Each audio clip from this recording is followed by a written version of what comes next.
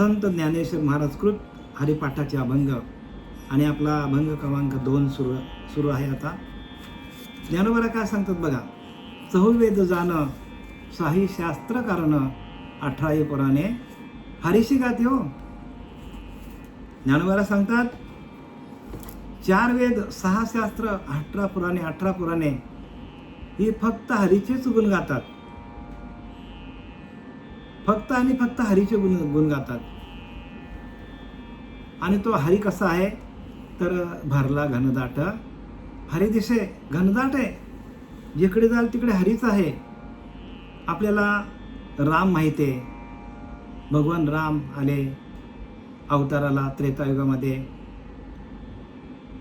द्वापार युगामध्ये भगवान कृष्ण परमात्मा आले, आपल्याला माहिती आहे. पण हरी आपल्याला माहीत नाही. हरी म्हणजे काय तर रामकृष्ण हरी. राम माहिती आहे, कृष्ण माहिती आहे, आणि हरी हा व्यापक आहे. भरला घनदाट हरी दिशे म्हणजे सगळीकडे व्यापून उरलेला जो आहे तो हरी आहे. आणि त्या हरीशी एकरूप होण्यासाठी आणि त्या हरीशी एकरूप होऊन त्या हरीमध्ये आपल्याला आपलं मिळालेलं जीवन समर्पित करण्यासाठी प्रत्यक्ष संत आले आणि त्या संतांनी ते मार्ग दाखवलं. म्हणून हरिपाठ हे स्थिरावले तेची धन्य. हरिपाठी स्थिरावले तेची धन्य म्हणजे हरीशी एकरूप झाले तेच धन्य झाले. श्रीपाद बाबा म्हणतात की एक नाम तारी बाकी सब दुकानदारी सांगतात बघा. एक नाम तारी बाकी सब दुकानदारी म्हणजे आपल्याला नामच तारू शकतो, बाकी जे काय चालले ते दुकानदारी आहे. म्हणजे ज्याने त्याने दुकानं थाटलेली आहेत. आणि एवढा सोपा हरिपाठ आपल्याला सांगितलेला आहे. तो आपण काय करतो, तो फक्त त्या मृदुंगावर आणि ताळांवर आपण काय करतो आपण तर त्या मृदुंगावर ताळावर आपण काय करतो ते भजन करण्यामध्ये घालवतो. पण त्याचा अर्थ समजून घेणं फार महत्त्वाचं आहे. आणि ज्ञानोबारांनी हे सलग लिहिलेलं आहे, एका पाठोपाठ एक. कुठे त्यांनी असा विस्तार जो आहे तो कंटिन्यू केलेला आहे. म्हणजे शेवटपर्यंत भगवंताच्या चरणापर्यंत नवे भगवत स्वरूप होण्यापर्यंत हरिपाठ शेवटपर्यंत एकामागून एक अभंग सलग लिहिलेले आहेत. आणि त्याचा कुठं खंड पडलेला नाही त्या अभंगामध्ये. म्हणून हा अभंग हा जो ज्ञानेश्वरांचा जो हरिपाठ आहे तो एक सगळ्यात महत्त्वाचा आणि सगळ्यात मोठा ग्रंथ आहे.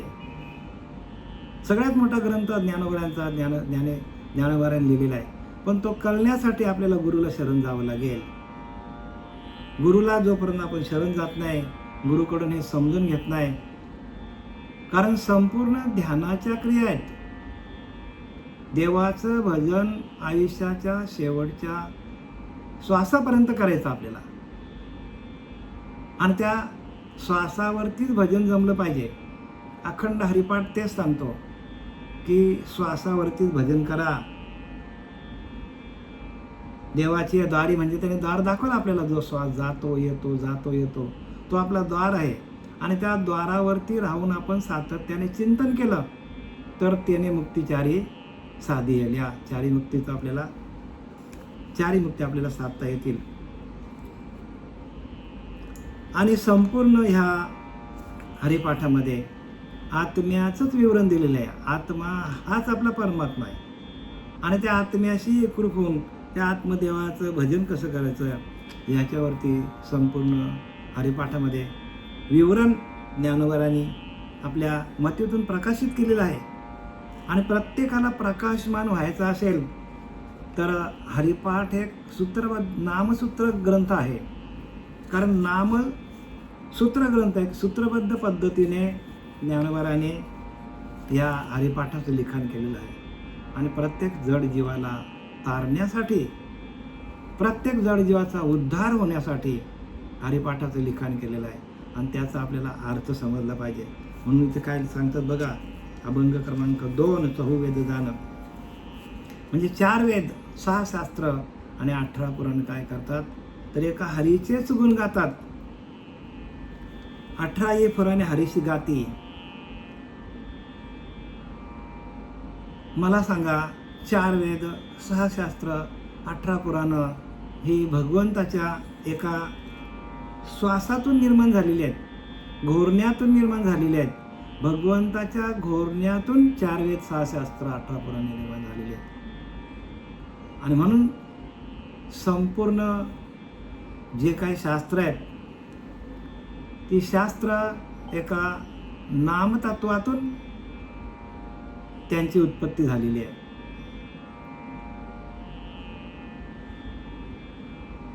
नामातून संपूर्ण सृष्टीची उत्पत्ती झालेली आहे.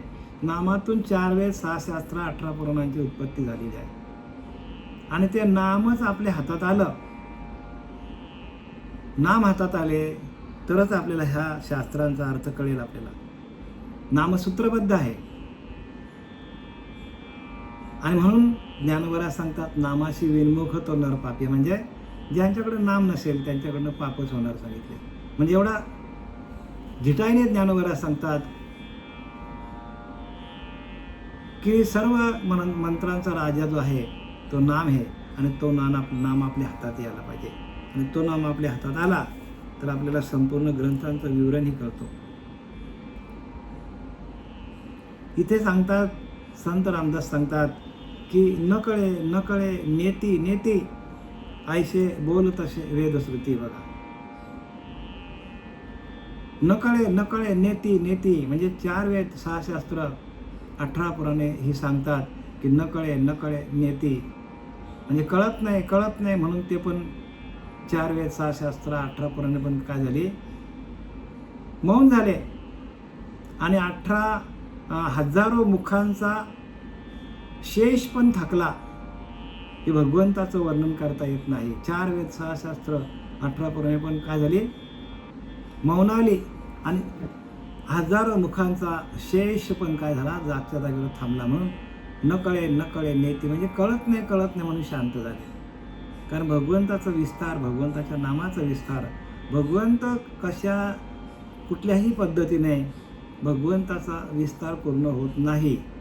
कारण तो असतचे असे सर्व काळ येतो. आणि म्हणून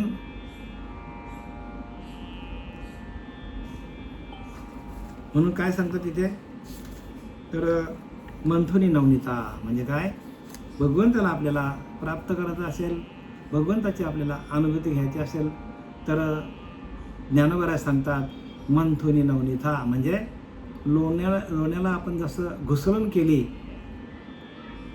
नवनीत म्हणजे लोणी आहे. म्हणजे काय, थोडक्यात लोणी आपल्याला पाहिजे असेल तर दुधातून आपल्याला दही निर्माण होतो. आणि त्या दहीला आपण घुसळण केली, बरं दुधामध्ये आपल्याला तूप दिसतो का, लोणी दिसतो का, नाही दिसत. तसं आपल्याला भगवंत दिसणार नाही. मग त्याची घुसळण कशातून करायची, तर भगवंताने सांगितले, ज्ञानवाराने सांगितलं आहे की त्याची घुसळण आपल्याला श्वासातून करायची आहे. जो आपला श्वास जातो येतो त्याच्यातून घुसळण करायची आपल्याला. आणि ती घुसळण कशातून होतं, मनाची आणि बुद्धीची आहे, ह्याची घुसळण होते. आणि घुसळण कशाने करायची, तर नामाने करायची. म्हणून जोपर्यंत नाम हातात येत नाही तोपर्यंत आपल्याला भगवंताची प्राप्ती नाही. भगवंताची प्राप्ती कशातून आहे, नामातूनच आहे. आणि ते नाम कोणाकडे आहे, संतांकडे आहे. म्हणून तेची संत ज्यांचा हेत विठ्ठली. संत काय करतात, आपल्याला ध्यानाला बसवतात, अनुग्रहाला बसवतात. आणि अनुग्रहाच्या माध्यमातून आपण आपल्या अंतःकरणाची घुसळण कशी करायची हे शिकवतात. आणि ते श्वासाच्या माध्यमातून घुसळण होते. कशातून होते, श्वासातून होतो. आणि त्या श्वासावरती कोणाचंच लक्ष नाही. भगवंताच्या प्राप्तीसाठी मंथन फार महत्वाचं आहे. मंथुनी नवनीता म्हणजे जर आपण त्या कशाला, दही जर आपण घुसळण केली तर त्यातनं लोणी बाहेर पडेल. आणि म्हणून इथं सांगतात की एक आई असते, आई ती आपल्या मुलीला सांगते, बाबा ही दही आहे ना, ही दही घे आणि ती रवी घे घुसळण करायची आणि ते त्यातनं लोणी बाहेर काढ सांगतात. पण ती मुलगी काय करते, त्या भांड्यात दही घेते आणि काय करते, ती रवी घेते आणि रवी टाकून तिथे बसून राहते. 1 तास झाला, 1 तासाने आई येते. ती म्हणतो काय चाललं तुझं, आली का, आलं का म्हणतो, लोणी बाहेर आला. बघतो तर काहीच नाही. का तर तिने घुसळणच केली नाही. तसं आपण जोपर्यंत घुसळण करत नाही रवी म्हणजे काय, रवी म्हणजे आपल्याला दिलेलं नाम आहे. त्या नामाच्या माध्यमातून आपल्याला घुसळण आपण केली श्वासावरती, तर मन, बुद्धी आणि चित्त याच्यातून मनातून चित्तातून चैतन्य निर्माण व्हायला पाहिजे. आणि चैतन्य म्हणजे काय आहे, तर चैतन्य हेच भगवंत आहे. चैतन्य हेच भगवंत आहे. चैतन्य म्हणजेच तूप आहे. एकदा तूप झाला की परत दूध होत नाही. एकदा भगवत स्वरूप झालो की परत आपल्याला मनुष्य जन्म मिळत नाही, आपण भगवत स्वरूप होतो. या सगळ्या क्रिया ज्या आहेत त्या क्रिया, म्हणून क्रियेविन शब्द ज्ञान त्याशी न म्हणती सज्जन. शब्दाने सांगणं म्हणजे ज्ञान नाहीये, क्रिया पाहिजे हो. ज्ञानोबाने आपल्या क्रियाच दाखवल्या की नाही, तर बघा मंथुनी नवनीता ही क्रिया आहे की नाही. म्हणून मुखी ब्रह्मनाम हाती सात्विक कर्म परी विनियोग विन विफलची ज्ञानोबा सांगते. मुखी ब्रह्मनाम आहे, मुखामध्ये ब्रह्मनाम आहे काही माणसांच्या. बघा आता वारीला जातात, अखंड मुखामध्ये नाम असतो त्यांचा. मुखी ब्रह्मनाम हाती सात्विक कर्म पण सात्विक आहेत त्यांच्याकडं. परी विनियोग विन विफलची म्हणजे काय, भगवंताशी एकरूप कसं व्हायचं, त्याचं मंथन कसं करायचं, तो विनियोग माहिती नसल्यामुळे भगवंत कुठे आहे, आतमध्येच. आपण त्याला शोधतो कुठे, बाहेर. भगवंत कुठे आहे, आपल्याच आतमध्ये आहे आणि आपण त्याला शोधतो कुठे आहे, बाहेर. मग सगळ्या संतांनी हेच सांगितलंय की तुका म्हणे किल्ली संत हाती दिली. प्रत्यक्ष नामदेवराया, बरं का, प्रत्यक्ष नामदेवराया कुठे होते, भगवंताच्या जवळ असायचे. पण शेवटीला कच्चा ठरला तो. देवाने सांगितलं, बघ नाम्या, जा तू पंढरपूरवरनं कुठे पाठवलं त्याला, पंढरपूरच्या भगवंताने कुठे पाठवलं, नामदेवरायाला औंढ्या नागनाथला. कशासाठी पाठवलं, तेव्हाच्या प्राप्तीसाठी हो. का तर तिथे घुसळण करण्याची क्रिया होती. कोणाकडं, विसोबा खेचरांकडे हो. आणि म्हणून खेचर विसा केला गुरु, त्याने झाला माझं साक्षात्कार. बघा तिथे साक्षात्कार झालेला आहे. नामदेवांच्या हातातून देव जेवायचा, कीर्तनामध्ये नाचायचा. पण त्याच भगवंताने, त्याच देवाने, त्याच भगवंताने कुठे पाठवलं, गरज होती का, भगवंत जवळ होता ना, भगवंतानेच पाठवलं, बाबा आता पंढरपूर सोड आणि औंढ्या नागनाथाला जा. आणि तिथे विसोबा खेचर नावाचे सद्गुरू आलेले आहेत आणि त्यांना भेट. आणि त्यांना भेटल्यानंतर त्या विसोबा खेचरांनी डोक्यावर हात ठेवल्याबरोबर त्यांना ते ज्ञान प्रगट झालं. विसोबा खेचरांनी काय केलं, डोक्यावर हात ठेवल्या नामदेवाच्या संपूर्ण अंगामध्ये सळसळणारं जे चैतन्य त्याच्या ब्रह्मरंध्रात गेलं. कुठे गेलं, ब्रह्मरंध्रात गेलं. आणि मग त्यांना अनुभूती आली. मग त्यांचे अष्टसात्विक भाव झाले. अंगी रोमांच रवित, स्वेद बिंदू डलमलित, चित्त चैतन्य द्रवत, त्याने सद्गदित पायवाच्या, हर्ष ओसांडता पोटी, अर्धमिनित दृष्टी, जीव शिवा पडली मिठी, त्याने ध्यान त्रिपुटी मावळली. बघा या सगळ्या क्रिया संतांना झालेल्या आहेत. संतांनी ह्या सगळ्या क्रिया केलेल्या आहेत आणि म्हणून ते संत आहेत. आणि आपल्याला त्या क्रिया माहीत नाही, म्हणून क्रियेविन शब्द ज्ञान त्याशी न म्हणती सज्जन. काय सांगितले, क्रियेशिवाय शब्द ज्ञान नाही. आणि म्हणून तुकोवाऱ्यांना, ज्ञानवाऱ्यांना पण काय झालं ना, बघा ज्ञानवाऱ्यांचे गुरु कोण, ज्ञानवाऱ्यांचे गुरु निवृत्ती दादा आळंदीहून कुठे गेले? कुठे गेले? त्र्यंबकेश्वरला गेले.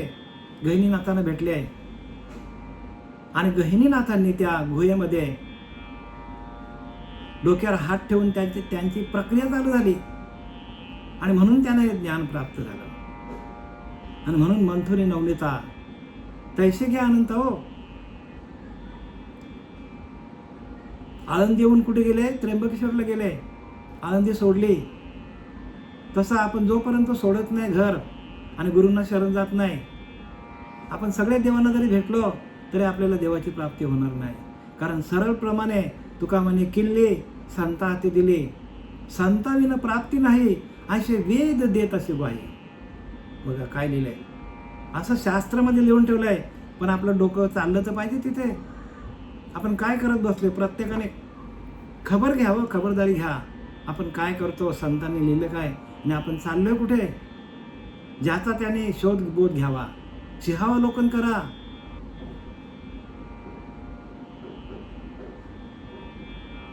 म्हणून तुका म्हणे शास्त्र पण म्हणो, शास्त्रच आपल्याला शिकू शकतो. शास्त्र का वाचायचा? शास्त्राचं वाचन का करायचं? की आपण जे काय चाललोय भगवंताच्या प्राप्तीसाठी निघालोय, तो आपला मार्ग बरोबर आहे का, चुकीचा आहे का, वेगळ्या मार्गाला चाललोय का, किती दिवसांनी आपल्याला मोक्ष मिळणार आहे, हे आपण काय करायला पाहिजे? आपला आपण मोजमाप घ्यायला पाहिजे. आणि तो मोजमाप आपल्यालाच करायला पाहिजे. म्हणून संतांना शरण गेल्याशिवाय हे ज्ञान प्राप्त होत नाही. आणि म्हणून परंपरेच्या अभ्यंगामध्ये सांगितलंय, सत्यगुरु राये कृपा मज केली, परी नाही घडली सेवा काही, सापडविले वाटे जाता गंगा स्नान, मस्तकी जो जाण ठेविला कर. बघा काय सांगितलंय, जोपर्यंत मस्तकावर कर हात ठेवत नाही तोपर्यंत ह्या ज्ञानाची प्राप्ती होणार नाही. बाबाजी आपले सांगितले नाम बघा. तुकोबारांच्या बाबतीमध्ये हेच झालं. बाबाजी चैतन्य भेटले, डोक्यावर हात ठेवलं आणि हात ठेवल्या जे बाबाजी चैतन्याकडे जे अनादि काळचं जे तत्व होतं, आधी अनादि काळापासून आलेलं, त्या तत्वाची पेरणी कोणाकडे केली? कोणाच्या डोक्यावर हात ठेवला? तुकाराम महाराज. आणि तुकाराम महाराजांना प्रकाशित केलं. अशी आपली गुरु परंपरा आहे. म्हणून अनुग्रहाची क्रिया फार महत्त्वाची आहे, प्रबोधाचं चिंतन फार महत्त्वाचं आहे. आणि आपण एवढं जर सोडलं, अनुग्रहाची क्रिया आणि प्रबोधाचं चिंतन, मी तुम्हाला आत्ताच सांगितलं की पंढरीचा पांडुरंग प्रत्यक्ष नामदेवरायाला सांगत होता, बाबा गुरूंना शरण जा. आणि अशा म्हणून गुरुविना प्राप्ती नाही हो, गुरुशिवाय प्राप्ती नाही.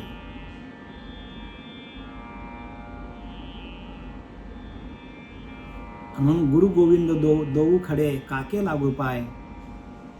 गुरु आणि गोविंद, गुरु आणि देव दोन्ही उभे आहेत, तो कोणाचा पाय धरू? गुरु गोविंद दोऊ खडे काके लागू पाय, बलहारी गुरु आपने, बलहारी गुरु आपने जेने, असं काहीतरी आहे ते प्रमाण बरं का. तर गुरुच्या पेक्षा जेने गोविंद दिव्य बताय. बघा आहे ना, म्हणजे गोविंदाचं म्हणजे भगवंताची प्राप्ती करून देणारे कोण आहेत? आता मी तुम्हाला सांगितलं नामदेवराया. प्रत्यक्ष नामदेवराया देवाजवळ जेवायचे देवाच्या हातातून, तरी पण त्यांना कुठे शरण जावं लागला? औंढ्या नागनाथला गेले हो. तसं आपण घर सोडत नाही आणि गुरूंना शरण जात नाही. आपण घरातल्या देवांची पूजा करत बसलोय. आम्ही नाही म्हणत नाही करू नका, पण काय लिहिलं शास्त्रामध्ये बघा. म्हणून मंथुनी नवनीता तैसे घ्या अनंता. ज्ञानवराया कुठे गेली? शरण प्रत्यक्ष आपल्या निवृत्तीनाथाने शरण गेले हो. ज्ञानवराया संपूर्ण फिरले सगळीकडे आणि शेवटीला कुठे आले? शेवटीला आपल्या भावाजवळ आले. आणि भावाने जेव्हा डोक्यावर हात ठेवलं निवृत्ती दादाने, त्यावेळेला त्यांना ज्ञान प्रकाशित झालेलं आहे. गुरु शिवाय ज्ञान नाही. गुरु दाविली या वाटा. गुरु तोपर्यंत आपला वाट दाखवत नाही येऊनी विवेक हे तीर्थ तटा दोन्ही मलकटा बुद्धीचा त्याने बुद्धीवरती आलेला मल काढण्याचं काम कोण करतात? देव करत नाही बरं का, गुरुच करतात.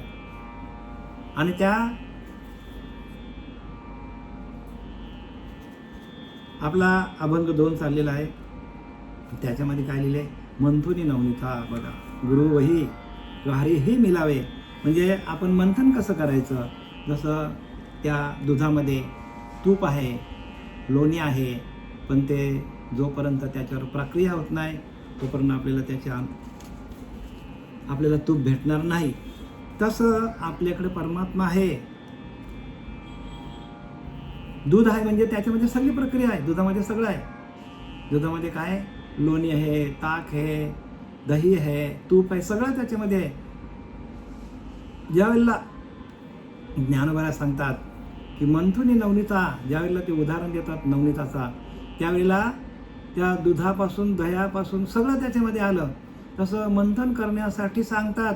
म्हणजे तो परमात्मा जसं दुधामध्ये तूप आहेच, पण मंथन करायचं तसं आपल्याकडे परमात्मा आहेच, शोधाची गरज नाही. आपल्याचकडे परमात्मा आहे आणि म्हणून आपल्याला मंथन करायला सांगतात ज्ञानवऱ्या. बाबा तुम्ही मंथुनी नवनीता तैसे घ्या अनंता, वाया व्यर्थ कथा सांडी मार्ग. इतर गोष्टींच्या मागे लागू नको सांगतात. वाया व्यर्थ कथा, बाकी काय सगळं व्यर्थ आहे. बाकीचा कथा भाग व्यर्थ आहे. तुमचा अनुभव हाच तुमचा गुरु आहे. आपल्याला अनुभव आणून देणारे ज्ञानोबा आहेत, तुकोबा आहेत, नाथबाबा आहेत, अनुभव आणून देणार आहेत. आणि त्या अनुभवाला आपण समोर जायला पाहिजे, सामोरं जायला पाहिजे. अनुभवजन्य ज्ञान आहे आणि तेवढं ज्ञान टाकून आपण नको तिकडे फिरतो. आणि तुकोबाऱ्यांना बाबाजी चैतन्याने डोक्यावर हात ठेवल्यावर त्यांना अनुभव आला आणि मग त्यांनी उद्गार काढले, देव तिळी आला आणि गोड्या गोड जीव झाला, साधला हा पर्व काल आणि गेला अंतरीचा मळ. बघा काय सांगतात तुकोबाया? देव तिळी आला, गोड्या गोड जीव झाला, साधला हा पर्व काल आणि गेला अंतरीचा मळ. पाप पुण्य गेले एका स्नानाची खुंटली. बघा, एका स्नानामध्येच खुंटून गेलं म्हणजे निघून गेलं. तुका म्हणे वाणी शुद्ध जनार्दन जनी. बघा, वाणी पण शुद्ध झाली. तुका म्हणे वाणी शुद्ध जनार्दन जनी, शुद्ध परमात्मा माझ्या अंतकरणामध्ये प्रगट झाला. म्हणून देव तिळे आला. गुरूंना शरण गेल्यानंतर गुरूंनी घुसळण कशी करायची, जसं त्या दुधापासून नवनीत कसं बनवायचं, तूप कसं बनवायचं, तसं त्या दुधामध्ये प्रत्यक्ष लोणी आहे पण दिसत नाही. त्या दुधाकडे आपण बघत राहिलो, काहीच केलं ना आपण, तर लोणी निघेल का, तूप निघेल का? तसं आपल्याचकडं तो परमात्मा आहे. तूप म्हणजे परमात्मा आपल्याकडेच आहे. पण आपण त्या आत्म्याला आपण काय, आत्म्याचा परमात्म्याशी मिलन कसं करून घ्यायचं, ही जी घुसळण आहे ती घुसळण आपल्याला जमली पाहिजे. आणि म्हणून मंथुनी नवनीता तैसे घ्यानंता. देव तिळे आला. तुकोबाऱ्या सांगतात, तिळ मात्र अनुभव आला देवाचा. देव तिळ म्हणजे तिळ मात्र जरी अनुभव आला. तिळ किती बारीक असतं माहिती आहे ना तुम्हाला, सांगायची गरज नाही ना. तिळी म्हणजे आला, देव तिळे आला. तिळ मात्र जरी तुम्हाला अनुभव आला, गोडे गोड जीव झाला. तसं एकदा ते तिळ एकदा त्या गुळाला चिटकलं का दोघे एकरूप होतात. तिळ आणि गुळ, आपण म्हणतो ना तिळगुळ घ्या गोड गोड बोला. तसं भगवंताचं, आत्म्याचं आणि परमात्म्याचं जर मिलन झालं तर आपला जीव काय होतो, तिळ आणि गुळ तसं गोड होतात. तिळापासून गुळ वेगळा नाही, गुळापासून तिळ वेगळा नाही. एकामेकामध्ये काय होतात, एकामध्ये इंटरसेक्टिंग होतात, एकामेकामध्ये मिसळले जातात. मग त्यांना बाजूला कोणी करू शकत नाही. तसं तिळ मात्र जर अनुभव आपल्याला आला तर आपला जीवन गोड होऊन जातो. आणि आपण काय करतो मग, आपल्या सोन्याचा दिवस आपल्याकडे उगवला जातो. सोन्याचा दिवस आपल्याकडे येतो आणि त्याला सांगितले आधी सोन्याचा दिन. सोन्याचा दिन आज म्हणजे भगवंताची प्राप्ती होणं हे सोन्याचा दिवस आहे.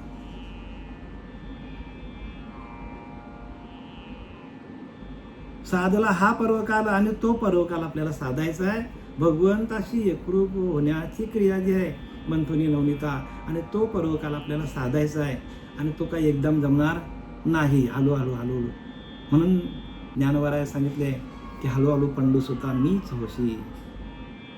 अर्जुना तू मीच होशी हो, भगवंतच होतो माणूस, पण आपल्याला हळूहळू हळूहळू हळूहळू जायला लागेल. हळूहळू चाला, कुणी कुणाशी न बोला. म्हणजे आपल्याला त्या प्रक्रिया आहेत त्या हळूहळू हळूहळू आपल्याला भगवत स्वरूपाला घेऊन जातील. अनुग्रहाची प्रक्रिया आहे. अनुग्रहाची प्रक्रिया करता करता 2, 3, 4 वर्ष असेच निघून जातात आपली. कारण एवढं लवकर सोपं एवढं लवकर मिळत नाही माणसाला, एवढं सोपं नाही ते. हळूहळू हळूहळू करायला पाहिजे, रोज करायला पाहिजे. रोज त्याची आपण आपल्याला सराव पडला पाहिजे. दिलेल्या अनुग्रहाचा सातत्याने आपण सराव करायला पाहिजे. प्रक्रिया आहे तिथे, क्रिया आहे तिथे. क्रियेविन शब्द ज्ञान, क्रिया नाही नुसतं शब्द ज्ञानाने ते प्राप्त होत नाही ज्ञान. असे बरेच लोक आहेत शब्दज्ञानाने भगवंताला प्राप्त करण्याची त्यांना बरीच हौस आहे, पण ते तसं प्राप्त होणार नाही. का तर क्रिया आहे, तो क्रियेविन शब्द ज्ञान त्याशी न म्हणती सज्जना. बघा, त्याला संत म्हणत नाही. संतांकडे क्रिया असतो. देव प्रसन्न अनुतापे करावा. अनुताप आपल्याला व्हायला पाहिजे. अनुसा ताप झाला तर भगवंताची प्राप्ती आहे. म्हणून जया नाही अनुताप हे त्याचे पूर्व पाप सांगितले. क्षणा विक्षेप पराधिकपणे. जया नाही अनुताप, ज्यांना अनुताप नाही हे त्यांचे पूर्व पाप सांगतात. मग ज्याच्या वाट्याला ताप आले, दुःख आले, कष्ट आले, संसारामध्ये त्रास आलाय, तोच माणूस देवाची प्राप्ती करतो. देव त्यालाच प्राप्त होतो. आणि भगवंत तुम्ही आता वाचला आपण एकनाथी भागवत आपण वाचला 23 अध्यायामध्ये की त्या याच्यावर किती प्रसंग आले. त्या अनेक प्रसंग आले भगवंताने आणले. आणि त्या कंजूस ब्राह्मणावर अनेक प्रसंग आणले भगवंताने आणले. का? त्याचे पूर्वजन्माची शिल्लक असेल आणि त्याला भगवत स्वरूपाला घेऊन जायचं असेल. मग ज्याच्यावरती संकट येतात अशा माणसाकडे भगवंताचं जास्त लक्ष असं समजायचं. आणि तोच माणूस नामस्मरण करू शकतो. आणि तोच माणूस गुरुला शरण जाऊ शकतो. ज्याच्याकडे सगळं आहे, गाडी आहे, बंगला आहे, घोडी आहे, तो म्हणतो मी कशाला भगवंताला शरण जाऊ, माझं सगळं चाललंय व्यवस्थित, प्रपंच माझं व्यवस्थित चाललंय. असा माणूस भगवंताला शरण जात नाही. म्हणून जया नाही अनुताप हे त्याचे पूर्व पाप सांगतात. पूर्व पाप सांगतात. का? तर ताप नाही, दुःख नाही, कष्ट नाही, काहीच नाही. म्हणून ज्याच्या वाट्याला दुःख ताप आलं तर त्याच्यावर भगवंत प्रसन्न झाला असं समजायला आपल्याला हरकत नाही. हे आपल्याला शास्त्र सांगतो. पाप पुण्य गेले एका स्नानाची खुंटली. म्हणजे काय? पाप आणि पुण्याचं खंडन करायचं असेल, पाप आणि पुण्याचं खंडन करायचं असेल आपल्याला, जसं पाप आणि पुण्याचं खंडन करायचं असेल तर त्याला आपल्याला नामाचा अग्नी प्रज्वलित करावा लागेल. जसं एखाद्या गुहेमध्ये अनेक वर्षापासून अंधार आहे तर तिथे आपण जर मशाल पेटवली, इलेक्ट्रिसिटी नेली तर तिथे प्रकाश पडतो. तसं आपल्या ह्या अंतःकरणामध्ये अनंत जन्माचं पाप पुण्य साठलेलं आहे. पाप पुण्य गेले एका स्नानाची खुंटली. बघा, एक भगवंताचं हरिनामाचं स्नान जर आपण केलं तर पाप पुण्य गेले एका स्नानाची खुंटली. एका स्नानातूनच, एका आंघोळीतून भगवंताने आपल्या अंतःकरणामध्ये असलेला पाप पुण्याचा सर्व नाश होतो. तुका म्हणे वाणी शुद्ध जनार्दन जनी. बघा, तुकाराम महाराज म्हणतात की जी वाणी पण शुद्ध होतो. परा पश्चंती मध्यमा वैखरी चारी वाणी शुद्ध होतात आणि शुद्ध जनार्दन जनी. आणि प्रत्यक्ष त्या वाणीतून आपल्याला जी परावाणी आहेत, परिवन परते घर, तेथे राहून निरंतर आपण त्या परावाणीच्या पलीकडे गेल्यानंतर तुका म्हणे वाणी शुद्ध जनार्दन जनी. आपण भगवंत शुद्ध जनार्दन जनी म्हणजे काय? भगवंत शुद्ध आहे. भगवंत कसा आहे? शुद्ध आहे. आणि तो प्रत्येकाच्या ठिकाणी शुद्ध जनार्दन जनी, शुद्ध प्रत्येकाच्या ठिकाणी तो भगवंत वास्तवाला आलेला आहे. परंतु मंथुनी नवनीता काय सांगितलं आहे? आपल्याला मंथन करावं लागेल आणि मंथन केल्यानंतरच त्याची अनुभूती येणार आहे. तैसे घ्या नंतर बघा, तसं घ्या जसं आपण मंथन केल्यानंतर त्या दुधावर प्रक्रिया केली तर त्या प्रक्रियेच्या माध्यमातून आपल्याला लोणी घुसळून लोणी प्राप्त करता येतो आणि लोणी कढवली की आपल्याला तूप मिळतो. आणि एकदा तूप झालं की परत दूध होत नाही. एकदा भगवत स्वरूपी मिळाला तर भगवंत झाला. देव पाहावयाशी गेलो आणि देवच होऊन ठेवलो तुकोबारा सांगतात. म्हणजे मी देव बघायला गेलो आणि देवच होऊन ठेवलो. हे देव होऊन ठेवलो कोणी केलं तर बाबाजी चैतन्याने मला देव बनवलं. बाबाजी चैतन्याने देव बनवलं. तसं गुरुच आपल्याला देव बनवतात. गुरु बिना कोण बतावे बाट, बडा कठीण यम घाट, गुरु बिना कोण बतावे बाट. हो, वाया व्यर्थ कथा सांडी मार्ग, म्हणजे बाकीचं सगळं टाकून ते सांगतात. वाया व्यर्थ कथा. कथा म्हणजे काय? कथा म्हणजे आपण ऐकतो त्या कथा नाही बरं का. कथा म्हणजे एक नाम हरी आणि द्वैत नाम दुरी, अद्वैत कुसरी विरळा जाणे. म्हणजे द्वैत भाव टाकून दे आणि एका त्या परमात्म्याशी, त्या नामाशी, त्या आत्मदेवाशी एकरूप हो. बाकी वाया व्यर्थ कथा टाकून दे सांगितलं. त्या कथा आहेत त्या टाकून दे. भगवंताचं नामस्मरण, भगवंताचं नाम हेच सारे जगामध्ये. आणि एकदा का सार आपल्या हातात आलं की आसार आपाप बाजूला होतो. म्हणून सारासार विचार हरिपाठ ज्ञानोबा लिहिलं की नाही? ज्ञानोबा लिहितात की सारासार विचार हरिपाठ. सार काय नाही आसार कायचा विचार आपल्याला हरिपाठच सांगू शकतो. हरिपाठ काय करतो? सार तेवढं घेतो. येथे सार भलकट संसार, येथे सार भगवंत. एक भगवंत सारे, बाकी सगळा फलकट आहे जगामध्ये.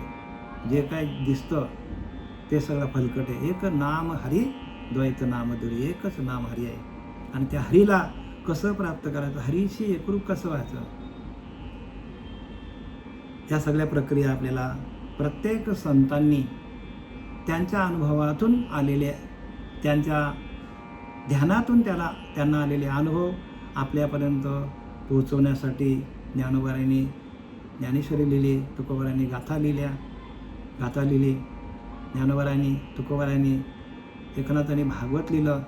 हे सगळं जे सार आहे, हे सार एका नामातूनच तयार झालेलं आहे.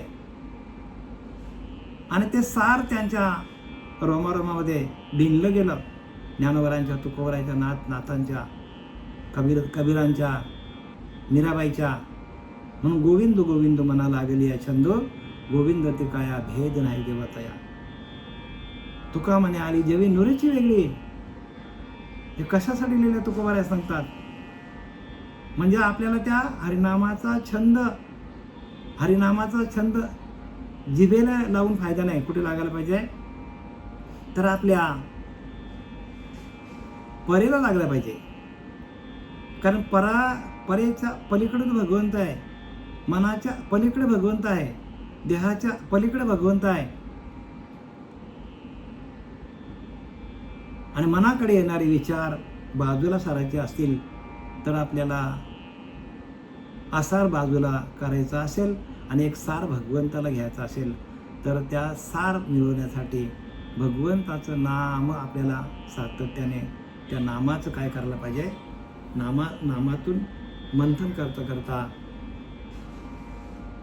भगवंताची प्राप्ती आहे. म्हणून काय लिहिलंय? मंथुनी नवनीता. मंथन करायला पाहिजे, मंथनाशिवाय नाही होणार. तैसे घ्या अनंता. तसं भगवंताचं चिंतन कर सांगितलंय. वाया व्यर्थ कथा सांडी मार्ग. बाकी सगळ्या कथा व्यर्थ आहेत आणि तो मार्ग टाकून दे सांगितलाय. आणि पुढे लिहितात एक हरी आत्मा जीव शिव समा. बघा, एक हरी आत्मा म्हणजे एकच आहे तो. हरी भरला घनदाट, हरी दिशे तो एकच आहे. आणि तो कसा आहे? आत्मतत्वाने एक हरी आत्मा जीव शिव समा. एकच आहे हरी. तो कसा आहे? आत्मतत्वाने.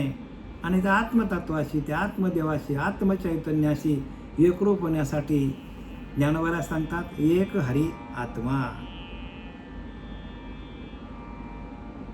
एकच आहे तो जीव शिव समा. जीव आणि शिव एकच आहेत. म्हणजे प्रत्येक जीव हा भगवंताचा अंश आहे. ममैव अंशो जीवलोके जीवभूत सनातन. ममैव अंशो, भगवंत सांगतो प्रत्यक्ष की प्रत्येक जीव हा माझ्या वंशातला आहे, माझा अंश आहे. जीव शिव समा. परंतु जीव इथे ह्या मृत्यूलोकामध्ये अडकलेला आहे, प्रपंचामध्ये अडकलेला आहे, देहबुद्धीमध्ये अडकलेला आहे, दृश्यामध्ये अडकलेला आहे. तो जोपर्यंत त्या एकाला, त्या व्यापक परमात्म्याला, एक हरीला, एक व्यापक असलेल्या हरीला जोपर्यंत जाऊन भेटत नाही, तोपर्यंत आपल्याला आत्मज्ञानाची, आत्मदेवाची, आत्मसाक्षात्काराची अनुभूती येत नाही. तोपर्यंत केलेले सर्व कर्म निरर्थकम. सगळे कर्म फुकट आहेत आपण केलेले. जन्माला आल्यापासून मरेपर्यंत आपण केलेलं सगळं फुकट जाणार आहे. म्हणून आत्मसाक्षात्कार हाच सगळ्यात श्रेष्ठ रामबाण उपाय आहे. भगवंताला प्राप्त करण्याचा, भगवंताशी एकरूप होण्याचा, भगवंताचा आत्मसाक्षात्कार जोपर्यंत होत नाही, तोपर्यंत कुठल्याही माणसाने केलेले, अगदी तुम्ही नर्मदा परिक्रमा केली काय, अगदी तुम्ही 4 वेद 6 शास्त्र 18 पुराण वाचली काय, त्रिवेणी संगमे गेले काय, सगळ्या 33 कोटी देवांची पूजा केली काय, तरी ते सगळं व्यर्थ आहे. सगळं व्यर्थ जाणार आहे.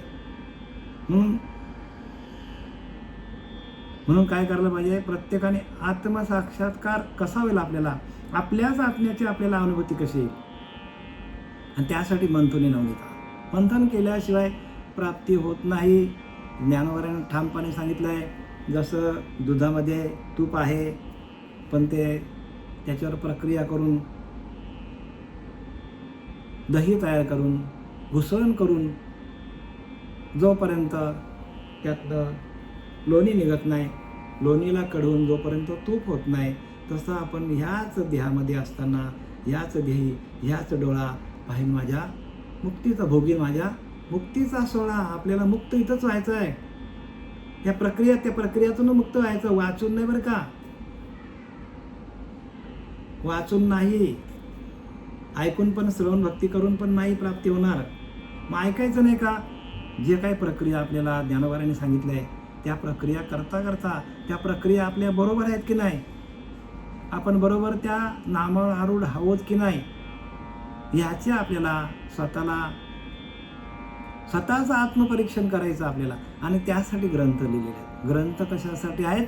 तर आपण ज्या नामावर आरूढ झालेलो आहोत, त्या नामाशी आपण एकरूप होऊन त्या भगवंताचं भजन बरोबर करता करता ते बरोबर आपण करतो की नाही, प्रक्रियेच्या माध्यमातून, संतांनी दिलेल्या प्रक्रियेच्या माध्यमातून आपण त्यांच्यासारखंच आपण करतो की नाही, हे आपल्याला स्वतःला त्याचं अवलोकन करता येण्यासाठी शास्त्र प्रमाण, शास्त्र काय प्रमाणित केलेलं आहे. शास्त्र हे नामाचं प्रमाणित शास्त्र आहे. नामाशी एकरूप झाल्यानंतर आपल्याला जे अनुभूती येतात ते शास्त्राने प्रमाणित केलेलं आहे. म्हणून पहिल्यांदा आपल्याला काय करावं लागेल? घुसळण करावं लागेल. घुसळण कुठे करायची? आपल्याला श्वासावरती करायची. घुसळण कुठे करायची? श्वासावरती करायची. आणि श्वासावरती घुसळण करून आपल्या अंतःकरणामध्ये अष्टसात्विक भाव निर्माण होतात. आणि अष्टसात्विक भावातून आलेले जे आपल्याला अनुभूती आहे, आणि ती भगवंताची प्रत्यक्ष अनुभूती आहे. भगवंताची अनुभूती अष्टसात्विक भावातून होतो. आणि ते सात्विक भाव एकदा तयार झाले तरच आपल्याला भगवंताची अनुभूती येते. आणि ते नाथबाबांनी बऱ्याच ठिकाणी त्याचा उल्लेख केलेला आहे एकनाथी भागवतामध्ये. अंतरी सुखाची झाली जोडी, बाह्य रोमांच उभिली गुढी, तरी त्या सानंद सुखाची गोडी नैनी रोकडी प्रवाहे. माझे भक्तीचे ठाई, अहम सोहम दोन्ही कुडी, तुटली अभिमानाची बेडी, विषय गोडी निमाली. बघा, ऐशी नुपचता माझी भक्ती, कैशी होई विषय विरक्ती, आणि विरक्ती विन माझी प्राप्ती, नवे निश्चिती जाण उद्धवा. अंगी रोमांच रवरवीत, म्हणजे अंगाला आपल्या संपूर्ण रोम उभे राहिले पाहिजे. स्वेदबिंदू डळमलीत, आपल्या सर्व अंगाला असा घाम येतो अनुग्रहाच्या प्रक्रियेतून. चित्त चैतन्य द्रवतं, चित्त चैतन्यामध्ये जातो, चित्ताचंच चैतन्य होतो. जे चित्त विषयांमध्ये धावलं जातं, विषयांकडे धावलं जातं, जे चित्त प्रपंचामध्ये अडकले जातं, ते चित्त भगवंताशी एकरूप होतं. म्हणून चित्त चैतन्य द्रवतं, त्याने सद्गदित पाय वाचा सद्गदित होतो. माणूस हसतो काय, उड्या काय मारतो, गातो काय, चित्त चैतन्य द्रवतं, त्याने सद्गदित पाय वाचा. हर्ष ओसांडता पोटी, बघा पोटामध्ये आनंद निर्माण होतो. अर्धा मिलेलं व्हाय दृष्टी, अर्धी दृष्टी मिटलेली, अर्धी डोळे उघडलेले, अर्धे बंद. जीव भावा जीव शिवा पडली तुटी, ध्यान त्रिपुटी मावली. बघा, सगळं माणूस विसरतो पूर्णपणे ह्या, पण ह्या सगळ्या प्रक्रिया आहेत. आणि म्हणून इथं मला तुम्हाला सांगायचं काय सगळ्यांना, की मंथुनी नवनीथा तैसे घ्या अनंता. जोपर्यंत आपण ह्या श्वासाची घुसळण करत नाही, जो आपला श्वास प्राण आणि अपान, प्राणवायू आतमध्ये जातो आणि तो खाली असलेल्या अपान वायूपर्यंत गेला नाभीच्या खाली, तर अपान वायूची आणि प्राणवायूची काय होते, मिलन होतो, टक्कर होतो. प्राण अपानाची टक्कर होतं म्हणजे मिलन होतो.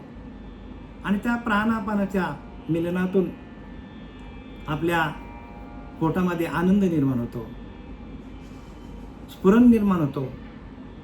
आणि त्या प्राणापानाच्या मिलनातून आपल्याला जर ते प्राणापानाचं मिलन झाल्यानंतर तो जो प्रवाह आहे प्राणापानाचा, तो वरच्या बाजूला म्हणजे ब्रह्मरंध्राकडे सरकत गेला, तर आपल्याला भगवंताच्या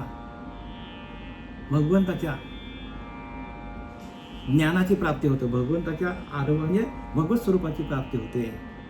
भगवंताचा आपल्याला अनुभव येतो, आपल्याला आनंद स्वरूप अवस्था प्राप्त होतो. अनाहत नाद चालू होतात, प्रकाशमान होतो, भ्रुकुटीमध्ये प्रकाशमान आपला होतो, प्रकाश पडतो. या सगळ्या प्रक्रिया आहेत. आणि या सगळ्या प्रक्रिया श्री गुरूंकडून समजून घेणं, याला भक्ती म्हणतात. ऐशी न उपजता माझी भक्ती, कैशी होई विषय विरक्ती, आणि विरक्ती विन माझी प्राप्ती, नोहे निश्चिती जाण उद्धवा. बघा काय सांगतात, जोपर्यंत विरक्ती नाही तोपर्यंत माझी प्राप्ती होणार नाही, असं उद्धवाला भगवंतांनी सांगितलेलं आहे. एक हरी आत्मा जीव शिव समा, वाया तू दुर्गमाला घाली जाऊ. दुसरीकडे लक्ष घालू नको सांगितलं आहे. एक हरी आत्मा, हरी हाच आत्मा आहे, हरी हाच वैकुंठ भरला गणदाट, हरी दिसे, हरी तोच आत्मा आहे.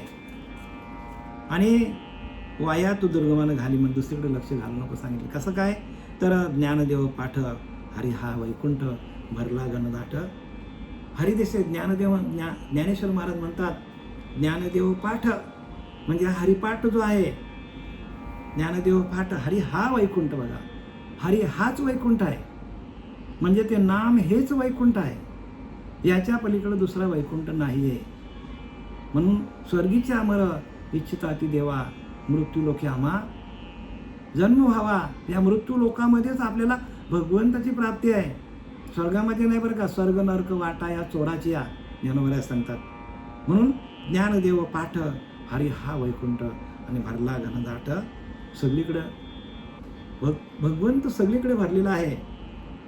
पण तो जेव्हा आपल्याला रोम रोम भजन आपले करायला लागतील, त्यावेळेला त्याच्या अनुभूतीला आपल्याला रोम भजन करायला पाहिजे. रोमामध्ये त्या हरिनामाची आपल्याला अनुभूती यायला पाहिजे. आपल्या अंगावरचा प्रत्येक केस जर म्हणजे रोम जर भजन करायला लागलं तर त्यांनी संतांनी लिहून ठेवले आहे की 18 पद्म वानर करीती भुभुकार आणि अयोध्येशी आले दशरथ कुमार. म्हणजे 18 पद्म वानर म्हणजे आपल्या अंगावरचे केस म्हणजे तर ते जर भजन करायला लागले तर अयोध्येशी आले दशरथ कुमार. म्हणजे आपल्या या देहरूपी अयोध्या नगरीमध्ये रामाचा प्रवेश होतो. 18 पद्म वानर करीती भुभुकार अयोध्येशी आले दशरथ कुमार अशी अनुभूती येणं म्हणजे भक्ती आहे. अशी अनुभूती यायला पाहिजे प्रत्येक साधकाला. चैतन्य स्वरूपाची, प्रकाश स्वरूपाची हे संपूर्ण रोम रोम भजन करतात. या रोमातल्या प्रत्येक रोम भजन करतो आणि एका वेळेला करोडो मंत्र बाहेर पडतात.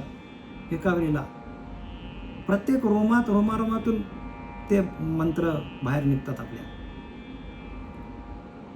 आणि आपल्या अंगामध्ये असलेलं सर्व अनंत काळाचं जे पाप आहे ते एका क्षणात त्याचा भस्म होतो आणि त्याची अनुभूती आपल्याला प्रत्यक्ष येतो बरं का. आणि तशी अनुभूती येणं म्हणजे भगवंताचा आत्मसाक्षात्कार आहे. भगवंताचा आत्मसाक्षात्कार आपल्याला बराच विस्तारित करता येईल पण आता आपल्याला वेळ कमी आहे. आणि शेवटचा चरण काय सांगतो, ज्ञानदेव पाठ हरी हा वैकुंठ. ज्ञानेश्वर महाराज म्हणतात ज्ञानदेव पाठ म्हणजे काय? पाठ म्हणजे